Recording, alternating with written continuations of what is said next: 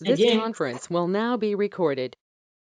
So I thank Professor Chaudhary again for giving me a chance to what we are trying to do using the metal additive manufacturing. I hope I am audible now proper. My audio is Yes, proper sir. or not? Yes. So last All is year well. we talked about metal additive manufacturing using laser cladding. This year also I will be talking about the same metal additive manufacturing using laser cladding. But what are the issues which we have faced and what are the challenges one has to consider? Means what are the things we are faced during the process of laser cladding, where we are trying to build components out of with different materials. So that is the reason why this year I thought that I will be talking about more on a research perspective. What are the issues and what are the challenges as a research point of view? What we can do in the process. So can I switch off my camera?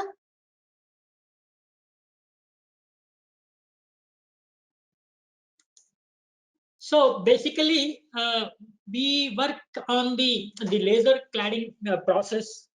For the last 5 years, we are working, and there are 3 PhD scholars also working in the team. And for the in the last maybe 1.5 year, so initially we have tried with different alloys, like preferably like hard alloys, how you are going to use as a coating purpose only. We did not thought that we will be using the process as an additive manufacturing to build components. Initially, our work started with the person who is there in the city of Nagpur, Srinath Engineering. They work on laser cladding process, where we are using their facilities also for all our experimentation and the research. And in fact, they are our industry partner also for the whatever we have we are trying to do. Now, when we say that additive manufacturing, people were talking about only polymers. Basically, polymers are very the technologies which were developed for polymers. It has a wide like background and a good history also, where people have started working with ABS plastic, polycarbonate, polypropylene, PPSF basically. So where I worked initially on this rapid prototyping only to make components for various industries like the Vikram Sarabhai Research Center, VSSC Trivandrum, where we tried to build components for the using the polymers. So I have some experience about the additive manufacturing, though at that time they were not talking about additive manufacturing. They were just trying to understand, they were trying to call it as a rapid prototyping. So there during those years, these I'm talking about 20 years back in 2000, 2001. So they were not making components as a mass production actually, in the sense that they are not directly using the components for the application actually. So they were only making the prototype, doing some sort of initial testing for the real conditions, and accordingly they were trying to change the design, and finally they are going to manufacture the component of whatever is the material which they want. But our constraint that we used to make only the polymer based ABS plastic and polycarbonate only. So we were not making any components out of the other materials, where we don't have that expertise and we don't have that facility during that time. So like after that, when I joined VNIT Nagpur, I am very fortunate that we had a very good industry partner where we started working on. They are the pioneers in laser cladding systems in the country, which like they started this facility in Nagpur about some 7-8 years back. And luckily one day we went to their place and we have seen the process, and we thought that means they were doing only coating actually. So then I thought that initially when they visited us and when we visited them, we were seeing that they are just doing the coating and they are trying to do some machining and they are going to give. Means basically they are giving for they're not making any components. They are just only making some repair technologies they were using. So that time when I thought that the process, when I have seen that they are building on, they have building 16, 17 layers on a big shaft, which is about 4.5 tons. And they were, after that they were doing the machining process. That when they try to do the deposition on these big shafts, then I seen that it is similar to the rapid prototyping process where we used to work on polymers, where layer by layer you are building. Then immediately I thought I will do some sort of a literature, and I have seen that people are using this process in additive manufacturing. Like they were trying to build components out of this process where we haven't tried in the country actually. So then I thought that after looking after the kiln, looking after whatever the specimens which they are making, so there are few issues which I thought that maybe that might be useful for them, because they were using mostly these stellite 6, half-tellite, nickel, chromium, boron, silicon. They were using tungsten carbides, and most of the things they are using only hard materials, where they are making components, they are repairing components to make their components to increase the service life in a very harsh condition actually. And we have seen the components, what is that? But when they try to deposit, and they have seen, I mean, the samples also I have seen actually, then I have seen some sort of distortion is there on the parent material. On the parent material, when you try to do, there is some, when you try to do a coating, there is some distortion which they were not much worried actually, because ultimately they have to do some machining operation and they have to make the component actually out of that. So that was the case when I told them that there is some distortion in the component which they are making. So I have seen that uh, like there is some problem in the parametric optimization or the process parameters which they are trying to use and making the coating. So then I thought that there is something where we can be, as an academic institute, we thought that we should work in this problem, and we tried to convince them, and we are very fortunate that they have given their concern that any type of help technical during experimentation, they are ready to do it. Then my journey started from there, where I started with only single track cladding. I'll explain you what exactly this laser cladding. So before that, this is what the background which happened with me when I started working on this laser cladding. Even laser cladding, when I started the process, I also did not thought that I will be working on metal additive manufacturing. I thought that I will also be doing some sort of coating. I will be doing some analysis, and I will try to characterize and what is the problems which are being incurred when you try to make one or two layers. What is the distortion? How it can be avoided? So those are the things in the initial stages I started actually. But over a period of time, like seeing this process in depth, and when you are trying to understand, so there are many things which comes to your mind, and that that the things which came to mind, they are not like the things, they are like the challenges actually. They are the issues which they are facing and which everyone is facing in the metal additive manufacturing. Right. So with this small background, I started working. So this basically, the laser cladding process is nothing but a direct energy deposition process. It is one of the most promising additive technologies in the additive manufacturing process. This is one of the pioneers, not in the pioneer, I can say that this is like an, people are doing exhaustively the additive direct energy deposition actually. So direct energy deposition is that it is one of such process where you are going to use as an additive manufacturing of components. It's not that only laser cladding, direct deposition can be many other process also, like melting is also there. So you are using your energy to deposit the material on a substrate on a surface actually. So this laser cladding is also a direct energy deposition, where it will be using a laser. They will use a laser beam in order to fuse the powder. What happens is that there will be powders which are going to come from different directions, and this laser will be used to fuse the powder, and it is going to make a melt of the material, and it is going to be deposited. It's similar to a casting process. This conference will now be recorded.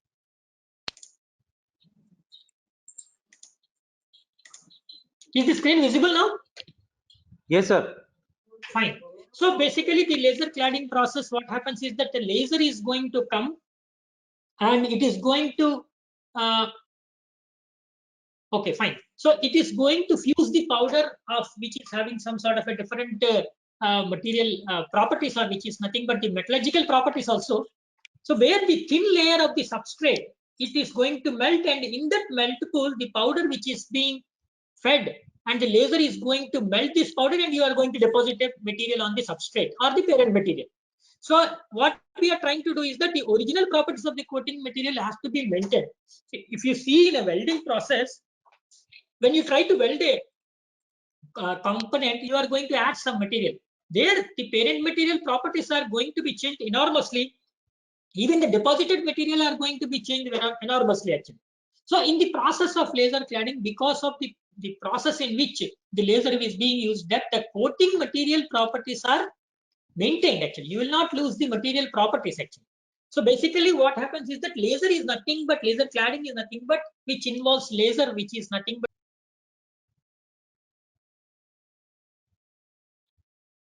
which melts the metallic powder and it deposits a very thin layer of the substrate. It forms a metallurgical bond. It's not a mechanical bond. It's going to be a metallurgical bond which you are going to find. So in order to understand what is exactly the cladding process, where it is basically when you are involving laser, that means obviously heat will be there.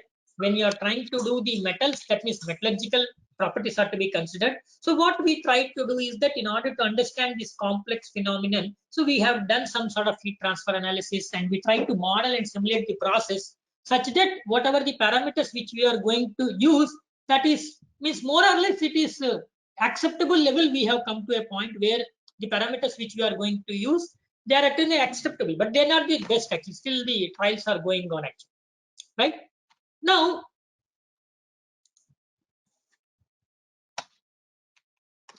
coming to the process, as I told you, there will be a laser which is coming here in this. It's a very high power laser, and the powder, it is going to be through a coaxial feeding. All the powders will be coming from 4 different sides, and there will be a shielding gas which covers such that you will not have any oxidation when you are coming, because it is done in most of the times it is done in open atmosphere actually. So you will be having a problem of oxidation actually. So in order to provide that one, you will be having a shielding gas also. You will not allow other gases to mix with the substrate material or the coated material. So in order to prevent the oxidation. So here what happens is that the powders are fused. The powders are fused and you are going to deposit on the substrate, right? So this is how it looks like a small process. Now I'll show you that the video, like it is basically, as I told, it is a melting process where you are going to use laser as the heat source and you are depositing the material on the substrate.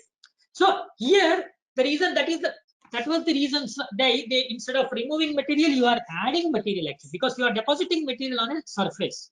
So the process can be used for building complex components also, and you have a very good power feeding system, sorry, the powder feeding system, where the exact amount of powder can be also be deposited. So in order to increase the structural properties, this can be used to repair the worn out components also.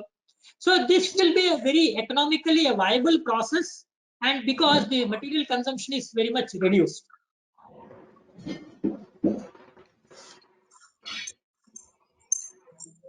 So what we try to do is that we will be trying to reduce the raw material basically. So economically you can make the proper use of your raw material.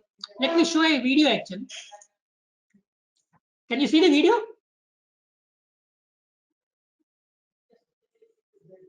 Yes, sir. Yeah. Now you see how you are going to build. It's about maybe some 10 seconds video actually.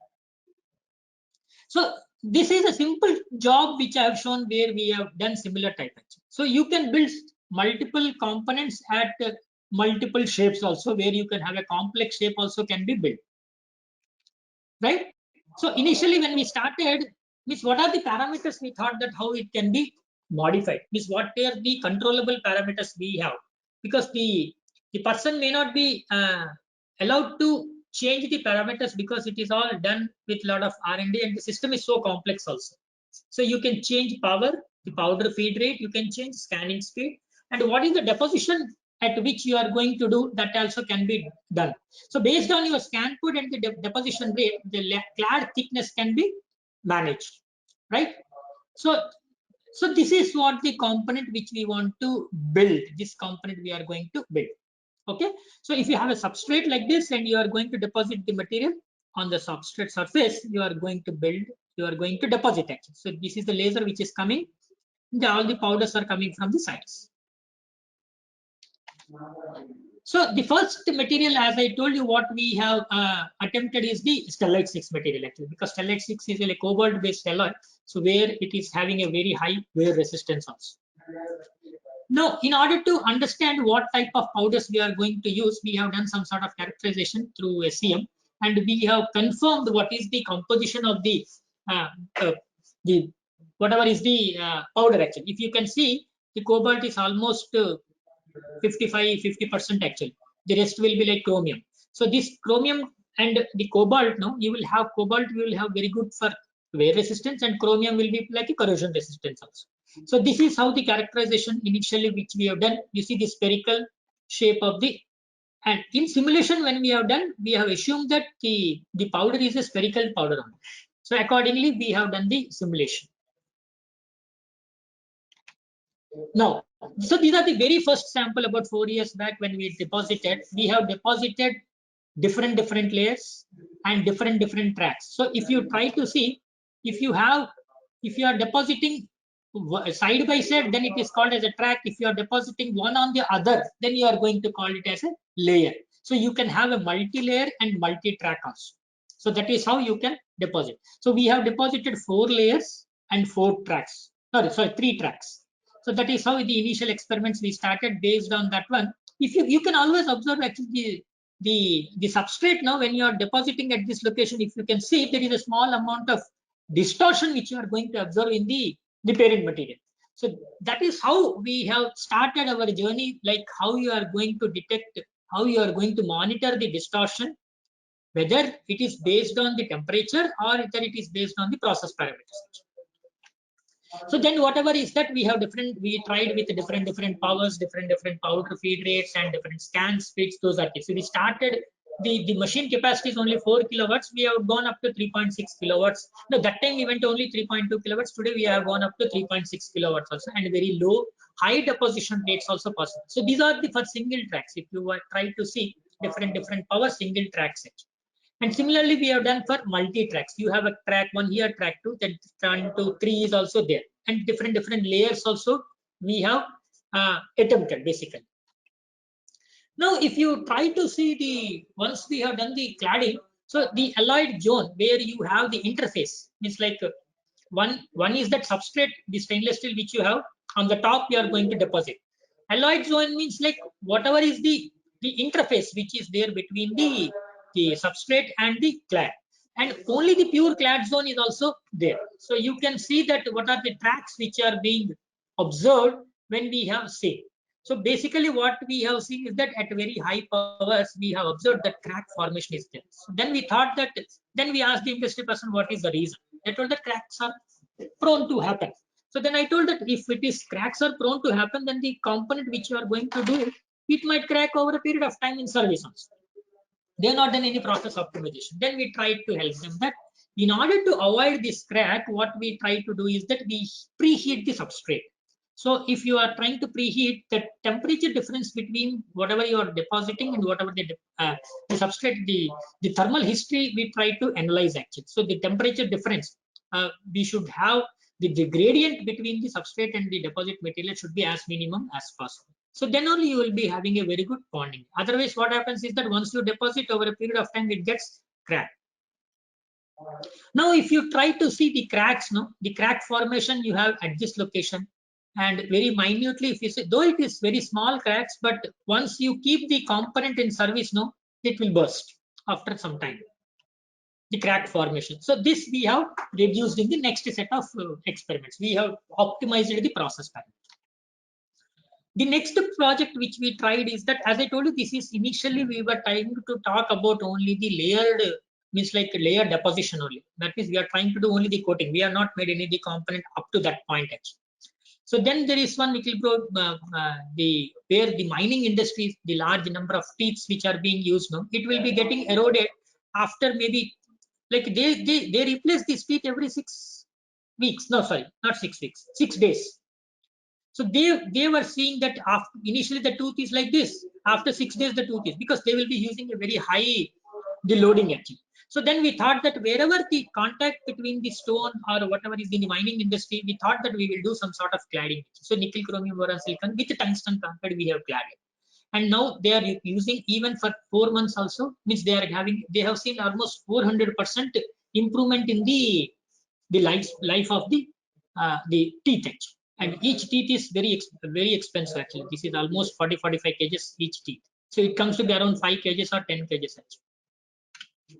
Now, where we have done is that in order to initially we have done some experiments actually, whether we thought no, but here you cannot use only this element. You have to add your tungsten carbide. So we have taken tungsten carbide as 60% and nickel chromium boron silicon. We have taken 40%. And different parameters we have used, different samples we made. We have seen that how the dilution is going to happen, how the bonding is going to take place, what is the dissolution, how the particles are moving from the substrate to the clad and clad to the substrate, how it is getting fused. So these are the various varieties of tests which we have done. This is nothing but your dye penetration test to see whether any porosity is there in the clad. I'll show you some of the more diagrams, photographs. So the at this initial stage, actually, what are the various aspects we thought that they have to be targeted first? Like what are the aspects in the laser cladding process? So what is that we thought is that what is the microstructure and what will be the mechanical properties of the clad? So then we thought that heating and cooling rate is also one mode of heat transfer, because the laser is at a 3.6 kilowatts and the substrate is at room temperature. You see how the cooling is going to take place, the temperature difference between the laser and the substrate, how large it is, how it can be minimized. And you have to see that when you see, it is like, as I told you, it is like a solidification process. Initially it will be in the fluid. The solidification is going to take place, but the solidification is so fast that you will not be able to see. In casting you are going to see from liquid to solid metal, but here you are not going to see the solid to the liquid to the solid metal. You will be seeing that the solidification is going to happen very fastly. So when you try to do solidification, you have to understand what is the shape and size of the clad. I mean, how the dynamics is going to change. So these are the aspects we thought that we should understand it. And what are the issues when we have seen in the first set of experiment is that the component distortion. As I told you, that component got entirely distorted. I have shown you the samples which I have shown you are the second set of samples. The first set of samples have made almost 5-6 samples. Then we have seen that how the component is getting distorted. The distortion is only because of the temperature issues actually. So how you can characterize the distortion using some SEM characterization also we have done. So how the thermal history is going to change, the temperature is going to play a major role in the laser cladding, and how you are going to correlate your temperature and also the material characteristics also we have done recently. Now, then the first thought process is that how to monitor the distortion, because distortion, it can be done only after the post processing actually. Once the cladding is done, then only you will be able to understand what is the distortion. Initially it will be flat. When you are depositing, it will take some concave shape, and after that it will be like concave shape, convex.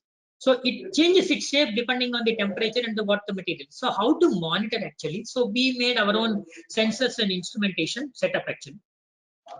So this we have made one fixture where we got this NI data acquisition system, and what we do is that the moment you are depositing, we generate a large amount of pool data. So this pool data we are going to generate and to see how the temperature is going to vary, right? And how the distortion is also taking a role, means how the component is getting distorted is also we have done it actually. Is it okay?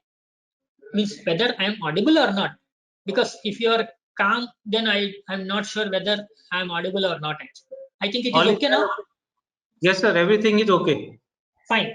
Okay. So this is the specialized fixture where we have designed and set up actually. So these are the red color ones are the laser displacement sensors, where we are going to keep even a micron distortion in the substrate or in the clad, that can be monitored actually. And the longer ones, if you see, no, these are the pyrometers, where you can assess the temperature. These are like infrared pyrometers actually. We have used to this simultaneously when you are trying to deposit, whether it is a single, multi different types of material, we can extract the data, which like what is the distortion data and how the temperature is going to change, temperature history from the pyrometers. We try to correlate the parameters what you are going to use with the help of our material characterization, even with the data which we have captured.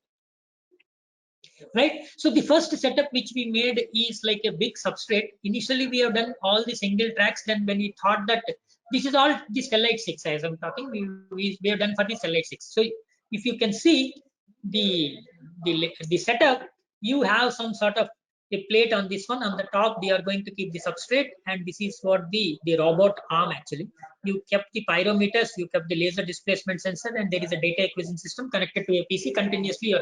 And we kept 5 displacement setters at 4 at the corners and 1 at the middle, and also 5 pyrometers we kept, 4 at the corners, 1 at the top. Actually, so what we have done is that, one second. So here if you see, we have 5 pyrometers in the bottom, and this pyrometer, this we have kept for the melt pool, how the melt pool dynamics is changing. So there we have used it. There is one more pyrometer which we have used from the top, T5, right? So these are the various pyrometers which we kept at different locations, and where we have seen that how it is going to, means like what is the temperature, how it is going to change. And considering the parameters, what we have taken is that linear heat input, which is the standard terminology which people do in heat transfer. So we have taken power to the scan speed, means that is not the interaction time actually, what power and what scan speed we have taken.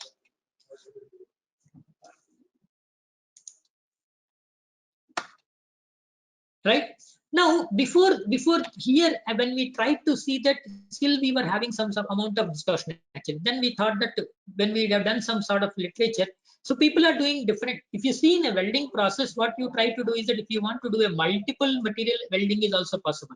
Similarly, this is also possible. So what we have done is that we have taken my stainless steel, the substrate on the top, directly we have deposited stellite 6, and we have observed some distortion is there, and the hardness is also not of much. Then we thought that we will be having an intermediate layer also we have deposited. We have deposited Inconel 6 to 5 in this one, and this Inconel 6 to 5 is more or less, it will be in between your stellite 6 and 316, the property section. So we have seen that how you can see, like this is my, it is like a buffer actually, that's why it is called as a buffer layer. You will be like a sandwich type of structures we made. And here if you see, this is a 125 mm width, and the length is 125 and 75 mm is the width, and there we have done for 2 layers. One is buffer layer, and on the top we have deposited stellite 6. So this is how we have done this is the first set of the actual experiments where we have done for like, it's a big, because each experiment took almost somewhere around because there are 16 tracks which we have made, and each experiment took somewhere around 1 hour, something like that actually. So it's a huge power which we have consumed in depositing. So this initially Inconel we have deposited, and on the top stellite. So to understand that how the buffer is going to act actually, right? So now if you see the distortion actually, once this is deposited, this is with the buffer actually. So now you see how the sample is looking like. Though the sample, it is acceptable to some of the industries, but if you try to consider for an aerospace, they will just throw it out. They will not allow any distortion or any stresses being developed in the parent material when you are trying. So then we have we have arrived at some location where the distortion is as minimum as possible. We got distortion up to 0.1, 0.3 mm also. Now, if you try to see the distortion, you can see the distortion, either it can be this type of distortion, or you can have longitudinal bound distortion also. You will have transverse direction and you will have longitudinal. So the component can be distorted in both the ways, right? So we have observed both the type of distortion which is there in all the samples. Some sample S7 I kept it. Now if you try to see, you have 2 layers we have submitted, means we have deposited, and this is like if you try to see, these are the first layer depositions, because in single track, this is the second track, this is the third track, like we call it as like whatever is the tracks actually. As I told you, side by side when you are depositing, then it is called track, and one on the top you are trying to do, then it will be like what we can say is that the multi-layer. Now if you try to see the different scan speed, different powers when we have used, the deflection, means whatever is the distortion which is there at high scanning speed, it is like almost 20% in. This conference will now be recorded.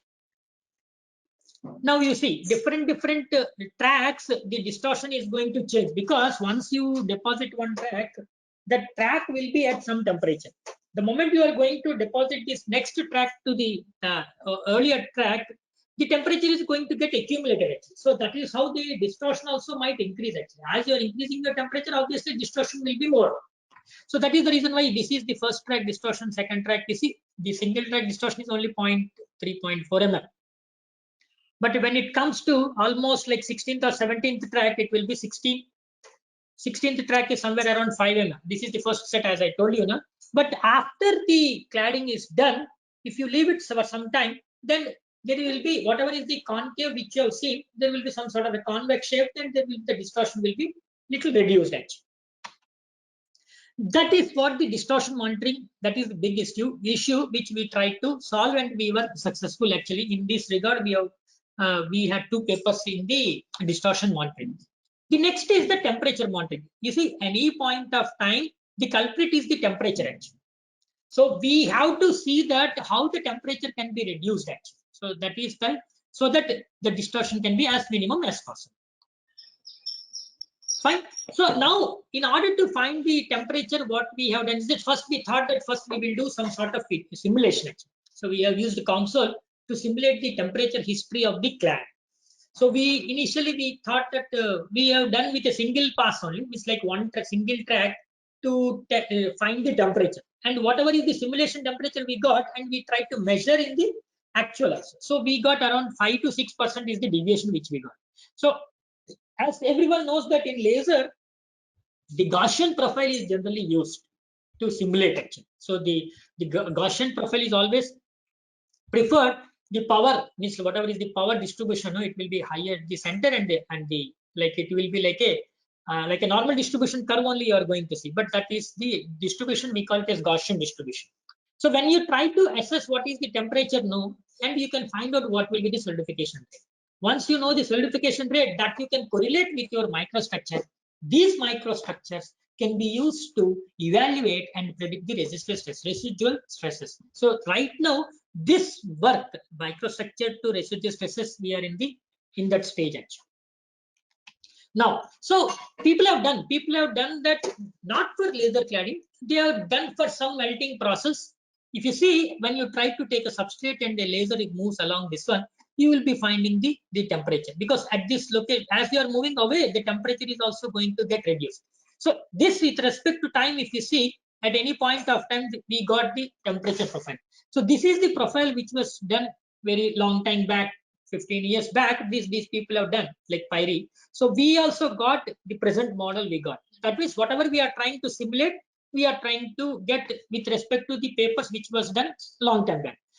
Right. So the present model, what we have done is that we have taken a time-dependent heat transfer analysis we done to simulate whatever is the temperature which we got in the using the Gaussian power distribution. But whatever is the shape which we are getting, no, that is more or less the shape which people have got earlier also. So that means whatever the simulation which you are doing is more or less is correct, because the temperature graph is like increasing, decreasing, because it is like an intrinsic phenomenon of the process actually. See, because it shows that rapid heating and cooling is also, everything is happening so fast actually. Rapidly it is getting heated, and rapidly it is also getting cooled, unlike in any other welding process or a casting process. So this is the distribution which we have taken, the Gaussian distribution power actually. So this is how it looks like. The what we can say is that the temperature profile actually. For just to give an understanding how the profile is going to look like. Now if you try to see the multiple shape, you're depositing at this location. If you take a cross section and see, this is the multiple shape actually, how the melting is going to take place, means how the solidification is going to take place. Melting in the sense that the moment it is melt means it has to get solidified also. Now if you try to see, this is my substrate. If I consider on the top, you are going to get 1800 degrees centigrade, and when we have used a pyrometer and we check our simulation, whatever is the simulation and whatever the temperature which we got is also more or less, which is 5 to 10% only the deviation. So this contours will show what will be the temperatures at different location on the substrate actually. And we, as I told, we kept pyrometers at the top, means at the bottom location, and we have a pyrometer on the to find the melt pool also. So different contours will indicate what will be your heat affected zone. So now the next target which we are trying to do is that once the depositing is done, we have cut the samples and we are doing some microstructural analysis. Like there we are going to see that how the heat affected zone, whether we'll be able to characterize in the samples or not, we are trying to see. Now, so if you see the melt pool 1900 degrees centigrade we got. So at one point we have considered and we have checked with our pyrometer and it is coming more or less same. 1918 degrees, because our pyrometer has a capacity to read up to 2200 degrees.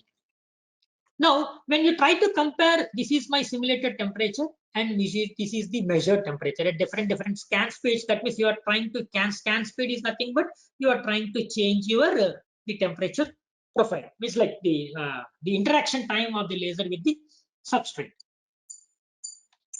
Right. So this is how you are going to get along the width direction. If you try to consider this as my width in the one direction, it will be like this. But if you consider along the depth, actually along the depth, you are going to see that at this location, it is going to come to the room temperature basically, but not room temperature because we are doing the preheating of the substrate.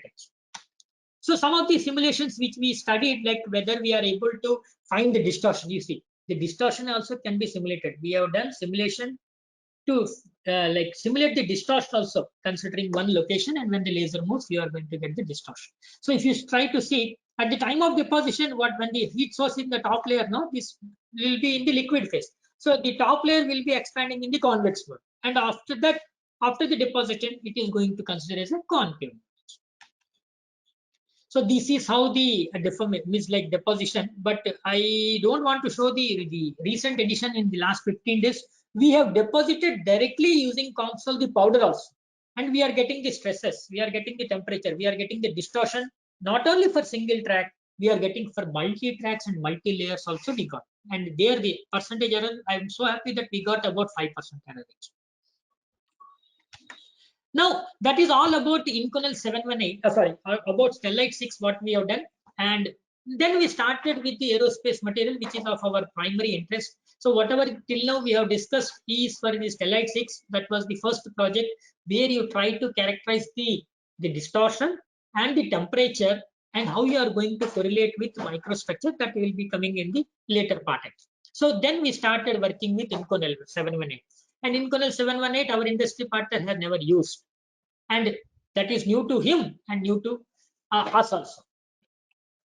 Now then we tried, and the biggest challenge which we faced is that the powder. So powder, luckily we got from one company in Bangalore where they make all these powders, and we have used till now somewhere around 50 kgs powder we have deposited at different locations actually. So this is how the powder is being characterized, what is the composition, those things, XRD, XRF, everything we have done to understand the powder characterization, like EDS also we have done. Now, when we try to see the phase analysis, no, we have done like using the XRD method, no. So we can find out some peaks actually in the XRD pattern, which says that there will be some amount of the intermetallic phases actually. So this is more of a metallurgical point of view, and even I am also not very much having much knowledge about this the metallurgical. I'm more of a talking about only the mechanical point of view. Now, so Inconel 718, not much literature is available what power parameters we have to use. Then we started our design of experiments. Based on the initial things, we thought that these are the main parameters which is going to affect the clad geometry, whether it is width, height, and the penetration. So we thought that the parameters which we were allowed to use is power, scanning speed, and powder field. So we started working on Inconel 718. So here we got very interesting results in this one. So this is the first 27 set of experiments we have done. This is our the cladding set of actions, how we are going to deposit, and this is the pyrometer. Now this will be the like the melt pool temperature you can like read or record action. So these are the laser displacement sensors. So here also we have done all the characterization for distortion and temperature also, but for single tracks. These are the single tracks. But the only issue is that we thought Inconel will be easily melted, but it is a very hard material, no? So 2400 to 3400 power we used, but sometimes it didn't melt us, because that means that is not sufficient. If you try to say it doesn't melt at this location, at this location it has not melted. So this is a perfect clad which we got, but at low powers it is not possible. Now if you try to see, this is a very bad one. Here this is a very bad one again, and this also you see, these are the very bad clads actually. That means the power which is we have used is not sufficient actually. So then we try to understand, we have done single layer first 27 experiment, then we have thought that instead of going for a full factorial experiment, first let us understand that how the layer to layer adhesion, how it is being done. Now if you try to see, this is like a substrate and there is a layer. You have 3 layers in this location. You can just imagine that how to layer the adhesion, how it is mixing, intermixing with the layers. It is so perfect actually. So this is, if you try to deposit a clad, you will be having a width, you will be having the depth, and also you will be having some wetting angle. We have defined this as our wetting angle actually. So these are the 27 samples when we try to understand what is the variation with respect to parameters, what is the height, width, and the wetting angle. We have done some sort of design of experiments, and we have published recently in the Arabian, not the Arabian Journal of Manufacturing Engineering and Performance actually.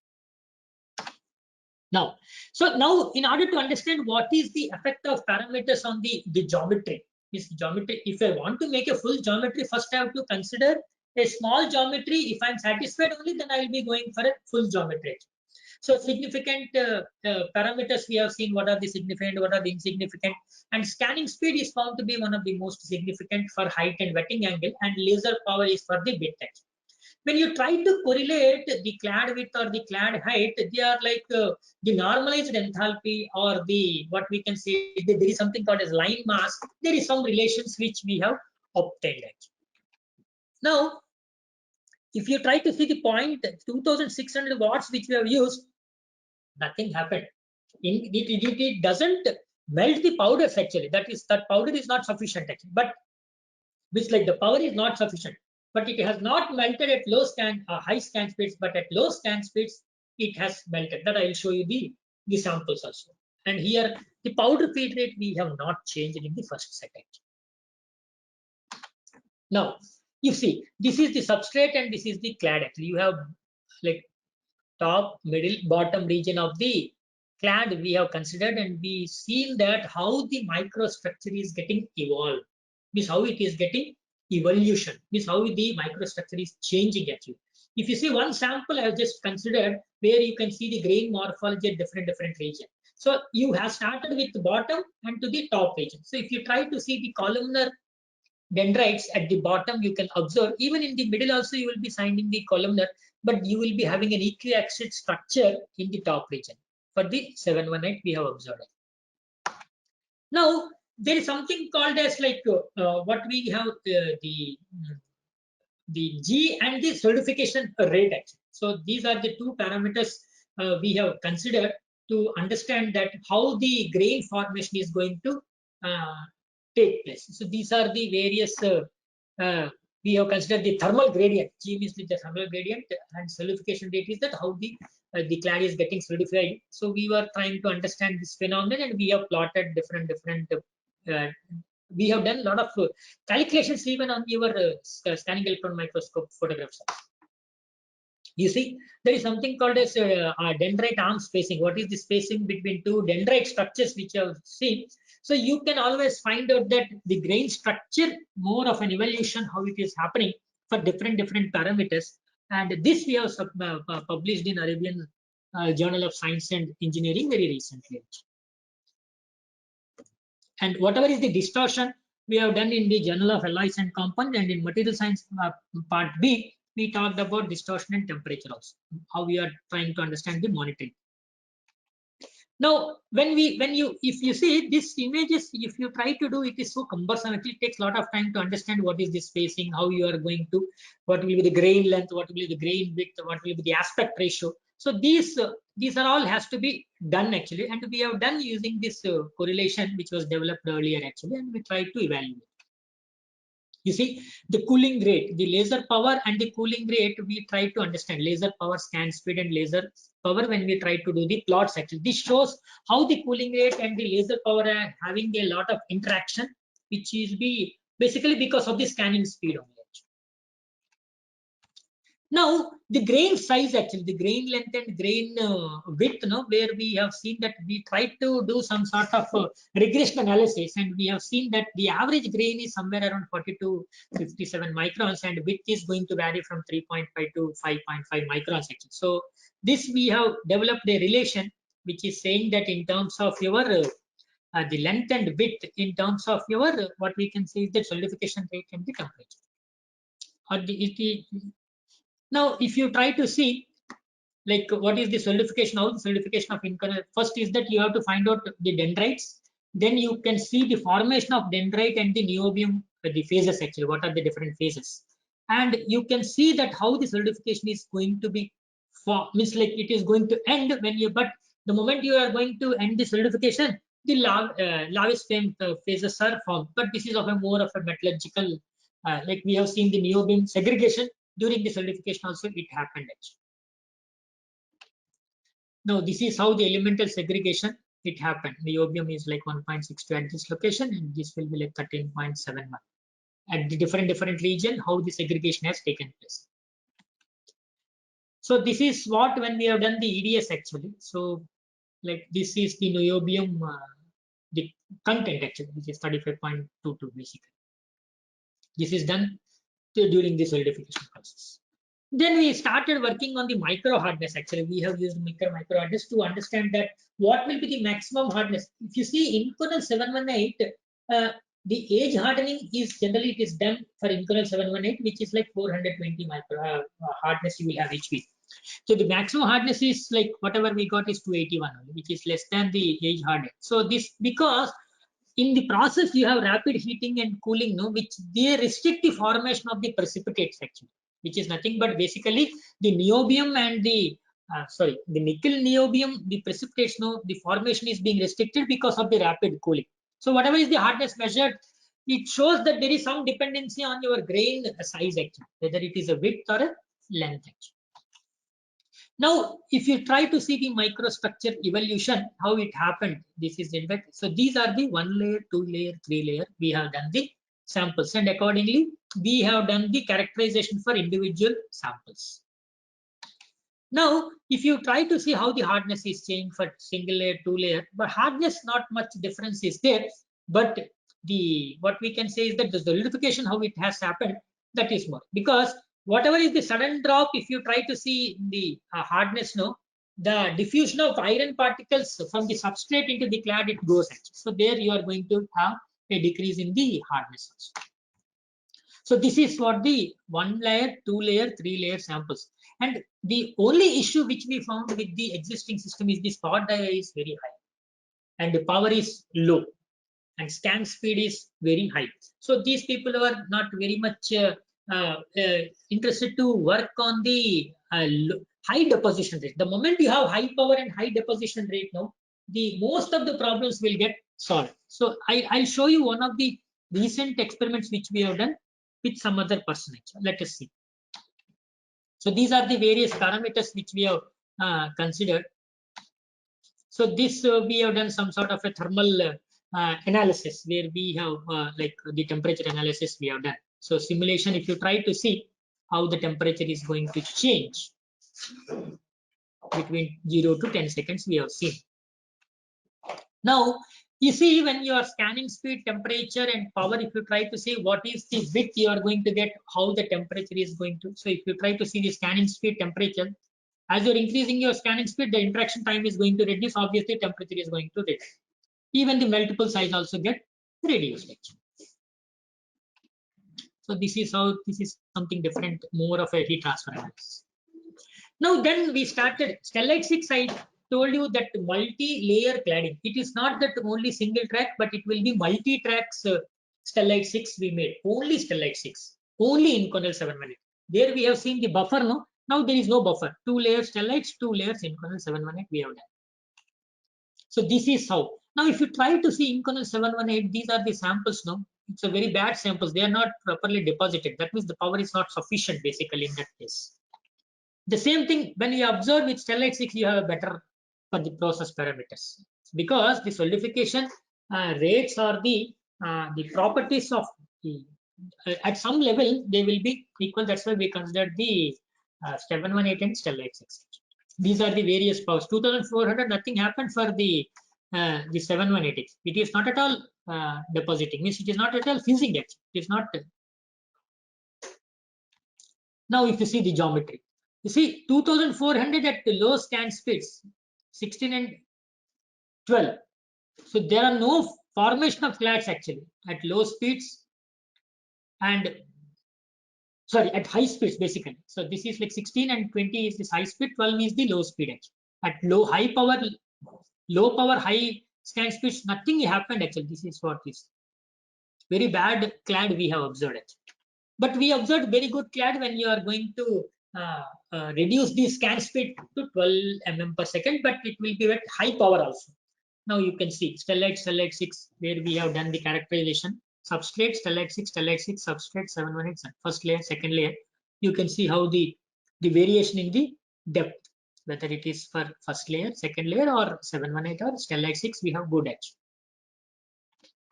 So there we try to understand that in multi-layer, how you are going to evaluate the dilution. Dilution means how good the bonding is going to take place. So these are the microstructures we have seen, how the columnar structures is changing from one point to the other point. These are the various things, how you are going to see the equistructure, microstructure, columnar to equistructure, because from bottom to top, when you try to go, no, so it will be like equiaxial structure. The moment you are going to the middle, near the middle, what happens is that columnar to equiaxial. But once it comes to the bottom, no, you will be seeing your columnar. So it changes from the as you are increasing your along the depth of the clad.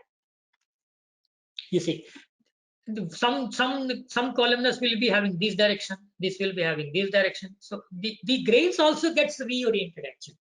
So these, whatever is the reorientation or whatever is the direction, because this is because of the thermal gradient which is happening, whether it is because of the differential solidification or the thermal gradient, these are the only things responsible for the dendrites or the equiaxial grain structure formed actually. So if you see, this is because of the thermal gradient and the isotherm moment actually, the orientation of the grains. Now the dendrite matrix, if you see in the stellite 6, what happens that we have observed the high hardness also because of the formation of all the carbides, hard carbides are being formed. So the cobalt rich one, no, you will have this interdendrite like chromium, tungsten, no, they are found. But while in the case of Inconel 718, we have that niobium, aluminum, and titanium are observed in the phases actually, whatever is the phase, Lave's phase. At this interface, if you try to see, like you have fine and coarse structure. This is for A and B. If you see, they are for 718 actually, S2, S3, and S2, S3 also you can. But only thing is that we have observed cracks actually because of very high power which we have used. So some cracks are being observed actually. Now, when we try to see the hardness also, first layer hardness, second layer hardness, again we have done some sort of hardness analysis also. So because of the in Inconel 718, the hardness is less because whatever is the iron content is very negligible actually.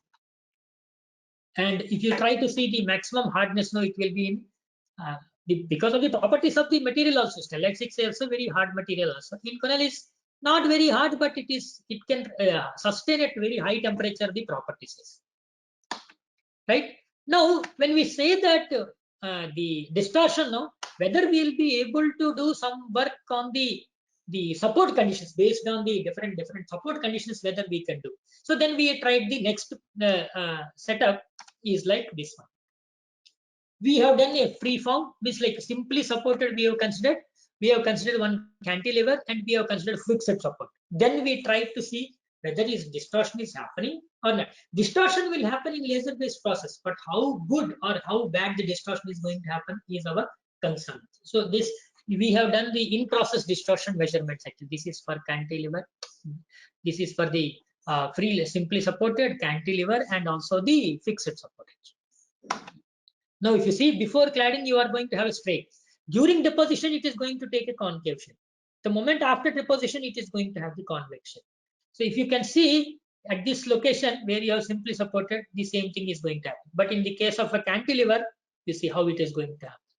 And during cladding, for the fixed support, it is happening like this. The reverse is going to happen compared to whatever is the simply supported edge.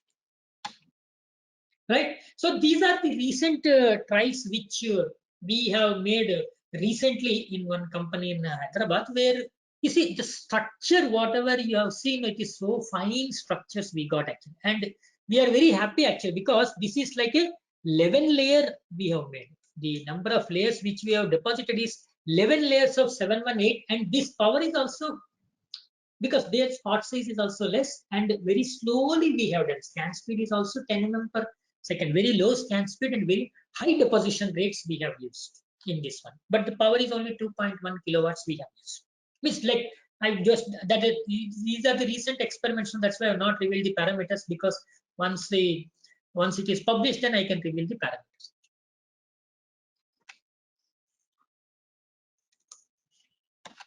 So I think I am done with my presentation. So these are the various projects which we have worked, and our group is a pretty large group in the institute, where we have BTech, MTech students, and also these are our PhD scholars, Nikhil Thavri and Chaitanya.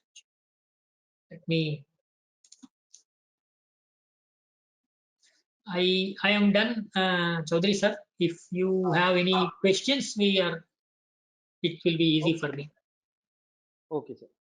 So participants, if you are having any query, you can write in chat box, or you can unmute yourself. You can ask your query to sir, and I will begin with my question, sir, if you allow. Yeah, sure, definitely. Means we have got an idea about laser cladding and what work you are doing in your lab. Means I just want to know more, means in what other area you are planning to take this technology, means other than this, what you have done, what is So in your this mind? 718 is we are using for aerospace. Okay. This 718 we have started working for aerospace applications. And the Stellite 6 we are doing for mining industries. And okay. even now the steel processing industries which is coming up. So we have not tried actually. We are going to try what we can say, the molybdenum carbides. That is also true. Cladding, it is becoming difficult. We tried few trials actually, but there is one more new process which our industry partner has come up. So I will not disclose that one. That we are going to try. So, but this laser cladding, we are going to make very soon the duct actually, because once we got that confidence that we are going to build 11 layers, so the duct which we are going to have is somewhere around 85 layers actually. It is like 115 mm is the height. You will be having like the duct is something like what we can say is that it is like a tube we are going to make actually, the duct. That is of 718 material only we are going to make. So that will be the final objective of the second project actually. When we try to make a component of 718, we have made this like simple cube or simple tube people have made, but we want to make some sort of a complex structure actually. It is basically an intake manifold actually, sir. Intake manifold I am going to make in the next 2 months we are going to make.